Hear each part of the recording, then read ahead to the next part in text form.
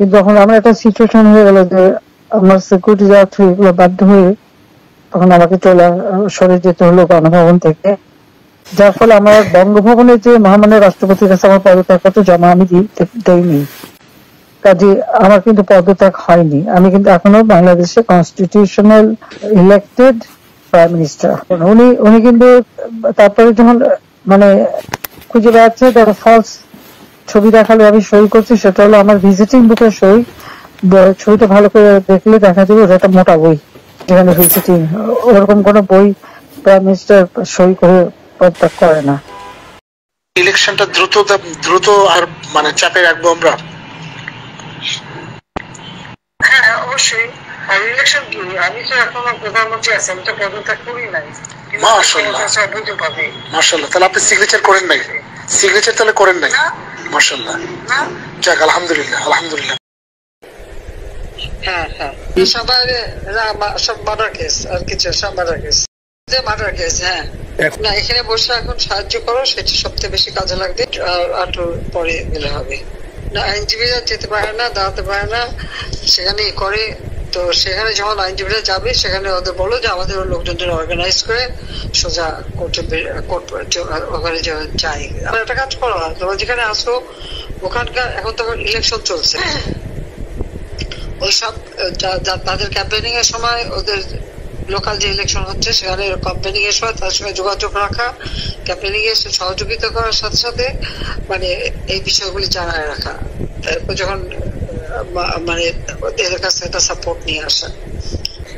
আচ্ছা না, সে যে আসুক, আমার মনে হয় যে ওখানে প্রার্থী যে পপুলার জিতবে, তার সাথে আমাদের একটা এখন থেকে তাদের ক্যাম্পেনিং এ থাকলে পরে তাদের সাথে যোগাযোগ হলে পরে ভবিষ্যতে কাজে লাগবে। আমি সবাইকে বলেও দিচ্ছি যে যার যার এলাকায় যে যেখানে থাকে সেখানে, কারণ ওরাই ভোটারদের আবার গুরুত্ব দেয়। তো বাঙালি ভোটাররা তো যায় ভোট দিতে, বিদেশে তো কম যায়। ট্রান্সফার করছে, কোথায় ট্রান্সফার করছে?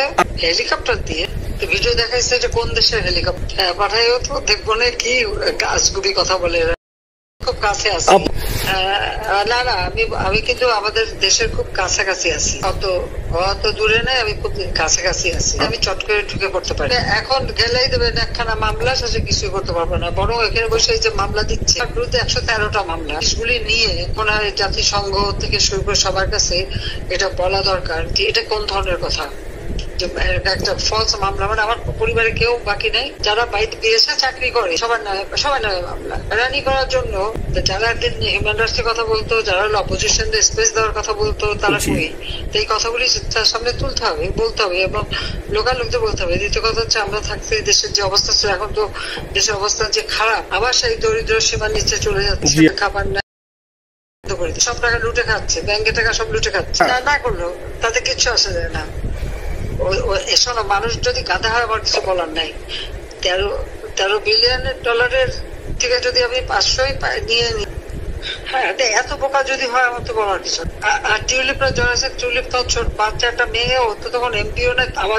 আমাদের দাওয়াত দিচ্ছে, গেছি, ও এত শক্তিশালী যে 17 বছর একটা মেয়ে এত শক্তিশালী যে পুতিনের সাথে আমার নেগোসিয়েশন করা দিচ্ছে। আচ্ছা, সে টাকা না, সেটা উঠা মালয়েশিয়া ব্যাংকে খরচ করলে তো কোকো টার্গেটটা পাওয়া যাবে, কারণ আমরা কোকোর টাকা উদ্ধার করে। হ্যাঁ, সেটা বলা উচিত, তোমাদের লেখা উচিত যে কারা মানি লন্ডারিং করে।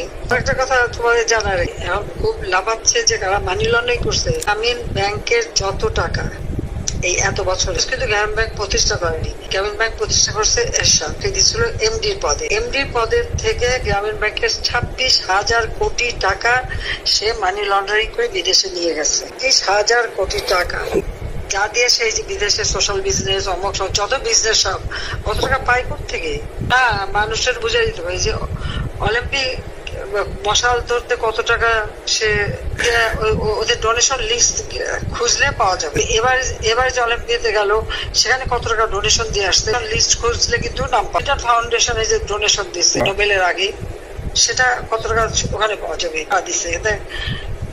মহাচর বৈশে এখন আমাদেরকে সব তত্ত্ব কথা শোনাচ্ছে। জনগণের, গরিবের রক্ত চুষা টাকা নিয়ে বড় লোক হচ্ছে সুদখোর একটা।